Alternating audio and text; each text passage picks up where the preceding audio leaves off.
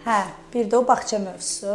Niyə görə bağçaya tövsiyə etmirik bəzi uşaqları? Əgər bir uşağın oturma, gözləmə, dinləmə, ortaq diqqət paylaşmaq, izləmə bacarığı, işarət barmağı, istək bildirməsi yoxdursa, bu zaman biz bu uşağı bağçaya niyə göndərək? Bağçada nə baş verəcək? Bildiyimiz kimi bağçalar ümumi təhsil müəssisələridir və orada 10, 15, 20 və s. sayda uşaqlar olur. Bağçada tədris edən pedaqoqlarımız, mütəxəssislərimiz, onlar 20 nəfərlik, 18 nəfərlik bir qrupa xitab edirlər, yəni uşaqlara xitab edirlər. Əlbəttə ki, bu müəllimələri qınamaq olmaz. Müəllimələrin vəzifəsi Təhsil Nazirliyinin tərtib etdiyi, təqdim etdiyi proqramı tədris etməkdir. Avtizmli uşaqlarda nə baş verir? Bayaq sadaladığım bacarıqlar olmadığı zaman bütün uşaqlar bir yerdə məşğul olarkən, əylənərkən, müəlliməni dinləyərkən, avtizmli uşaqlar kənarda qalır. Bu zaman onların stereotip davranışları, özünə qapanmaları, öz dünyalarında